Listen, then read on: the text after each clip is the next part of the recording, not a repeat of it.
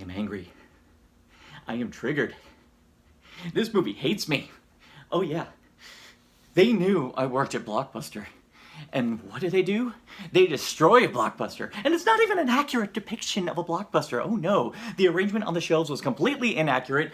They just had the display boxes. They didn't have the clamshells behind the display boxes. Oh yeah. And who puts The Right Stuff in the same section as Lethal Weapon? The Right Stuff is a drama. Why is it in the action section? That is wrong. And 5 movies for $9.99, that is a terrible deal.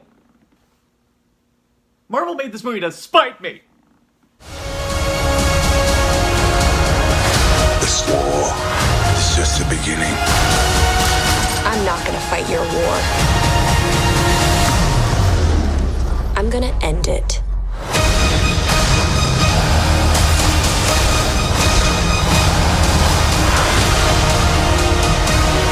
Captain Marvel, the 21st film in the Marvel Cinematic Universe, starring Brie Larson. Much like Black Panther, this film in itself was a big gamble. First off, this is Marvel's very first solo female-led movie, and even more so, it's with a character that, unlike Black Panther, no one really knew this character from Adam, with the exception of a fair few who either on one side masturbated the character when she was in a black leotard. Who goes into a battle scenario like that? But then alternatively, there's the people who really want to invest in this character who read the incendiary run in the comics by Kelly Sue DeConnick, who in fact operated as a consultant on this movie, and it definitely shows. This film actually has a lot of the mood from that particular run of the comics. It definitely has a lot of the humor, and it definitely has a lot of the heart from those comics. But the thing I gotta say that really works for me with this movie is the fact that in the annals of the MCU, we've seen a lot of origin story movies, and a lot of them have a very particular structure when it comes to the story beats.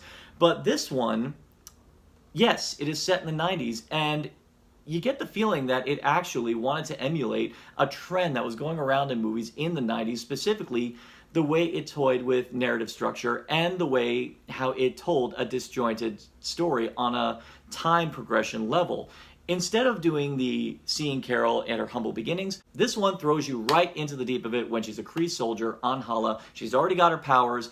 She has no memory of her past prior to her time being a Kree soldier. The best part about this structure and the fact that this movie opted to take this route is that because Carol doesn't know and you, like her, don't know, it effectively puts you in the co-pilot seat along with Carol. And so with every revelation she discovers, you discover along with her. A character that comes in to hold your hand is Nick Fury. And even he himself is a different person compared to the one that the grizzled veteran that we've all come to love over the past 10 plus years. All this makes for a very unique origin story compared to a lot of other origin stories, even beyond the MCU. We become so invested in these characters that even if the action is just okay, as long as we love the characters, that's fine. I mean, like I've said before, the action in the first Iron Man isn't that great either, but because we love the character, that's fine. The fact that it's set in the 1990s, that was me during my pubescent years, and there's a lot of things I regret, and there's a lot of things that I tried to forget about that this movie very blatantly wanted me to remember. Even movies that I tried to forget about, like Bad Boys and Independence Day, this movie actually emulated certain bits from it. You're emulating bad movies, but won't lie, you're doing them better than they did. The buddy cop movie with the relationship between Carol Danvers and Nick Fury. And it is fun to see Nick Fury in this sort of peak point where he was a skeptical agent who thought he had seen everything and then being confronted with the reality that I'm seeing a world that I never thought possible. It actually is a lot of fun seeing him react to Carol, who is a seasoned veteran, who's seen a lot of crazy things, who's now on a primitive planet, and she herself has her own little culture shock. You could say it's kind of a red heat situation. You could definitely say Lethal Weapon is a very apt comparison here. So the big question, how is Brie Larson in this role? Now, this is going to be a very divisive issue, because I know there are some people who aren't particularly fond of the fact that she is a bit soft compared to what a powerful character like this should be. But really, to be honest, I really dig the every woman quality that she exudes in this film. I like the fact that even though she does have some crazy godlike powers, she looks like the kind of person who, this is a person you'd want to party with.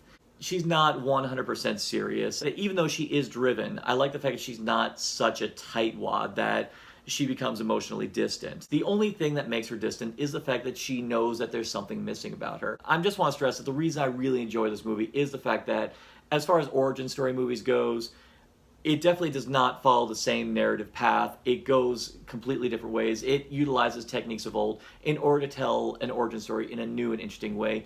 And because it opts to take that route, it does defy expectations as far as certain things that even the comics fans are used to. A lot of comics fans going in are going to have expectations. You're going to have preconceptions walking into this movie if you're a comics fan, and the stuff you're going to be confronted with will challenge you. And compared to something like, say, Trevor Slattery in Iron Man 3, they deliver it in a way that makes it a lot easier.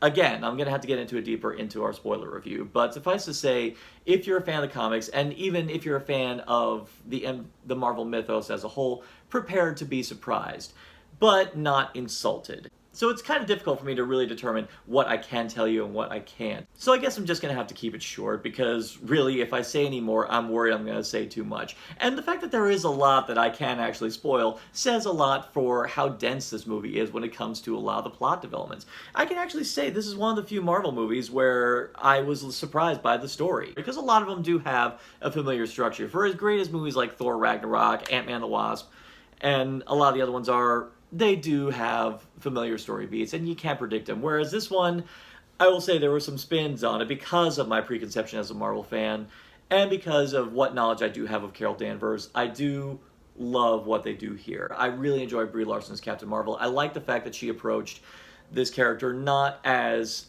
a pseudo-godlike being, but as a regular person who is unsure of herself, and who, as you will find out very gradually, has had to deal with people constantly putting barriers in front of her, and the fact that she has to develop a sort of cynical wit in order to deal with it. While I myself am not the demographic who is intended to be empowered by this, I will definitely tell you, for those who are meant to be, you will feel that way. And I already know a lot of people who have, and to them, I hope you enjoy the hell out of this movie. The only cons I can really say to this movie is that the action really didn't blow my mind, per se. The visual effects are fine. In fact, the de-aging on Samuel L. Jackson is virtually non-existent. I couldn't even tell.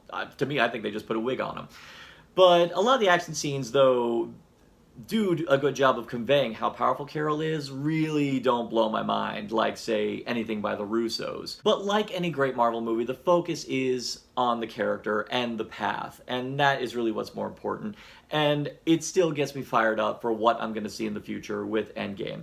So yes, a bit of a truncated review, I admit, but just keep it here for my spoiler review. But in the meantime, just to whet your appetites, I'm giving Captain Marvel a Narcotic Casserole rating of...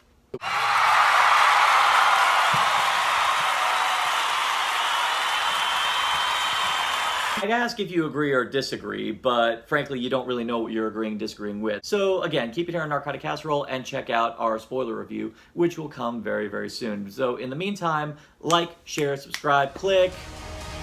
Thou shalt be served. Aren't you the cutest little thing? Aren't you cute?